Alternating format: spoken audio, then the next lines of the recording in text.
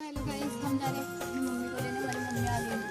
तो ये गाड़ी थी जिसमें मेरी मम्मी आ रही थी, दिल्ली से आ नहीं रही थी, मतलब अब तो आ ही गई थी। और हम गए थे ऊपर रोड पे उन्हें लेने के लिए।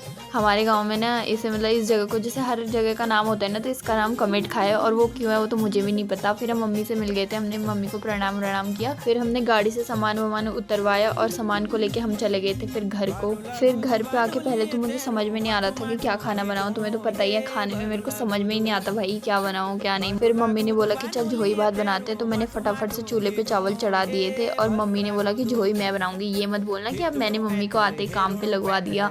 मतलब मम्मी ने ही बोला कि रुक जा मैं बना देती हूँ झोई, तो मम्मी ने ही बनाई झोई। वैसे मम्मी के हाथ की झोई अच्छी होती है, मैं तो ऐसी बनाती हूँ नॉर्मल सी। तो फिर मैंने अपना काम तो कर दिया था, चावल चढ़ा के फिर मम्मी यहाँ पे झोई बना रही थी। और हमारी झोई बन के तैयार हो गई थी और बहुत अच्छी भी हुई थी झोई। और आजकल ना हमारे गाँव में किसी की भैंस भी हार रखी है, मतलब कि उसका बच्चा हो रखा है। और मैं इसके साथ ऐसे खेल वेल लगी थी। देखो मेरे हाथ को ना चाट रहा था बार बार, मुझे तो बहुत गुदगुदी हो रही थी। बहुत अच्छे लगते हैं ना ऐसे छोटे छोटे क्यूट से। और गांव में जितनी तेज धूप दिन में लगती है ना, उतनी ठंड होती है भाई। शाम को बहुत ठंड है, 4 बजे के बाद तो मतलब मन ही नहीं करता भाई कि घर से बाहर निकले। मैं ले जा रही थी काटने के लिए हरी सब्जी, क्योंकि आज रात को हमें हरी सब्जी बनानी थी। और साथ में मंडुए की रोटी और घी, भाई इतना टेस्टी होता है ना ये तीनों जब हम साथ में खाते हैं तो।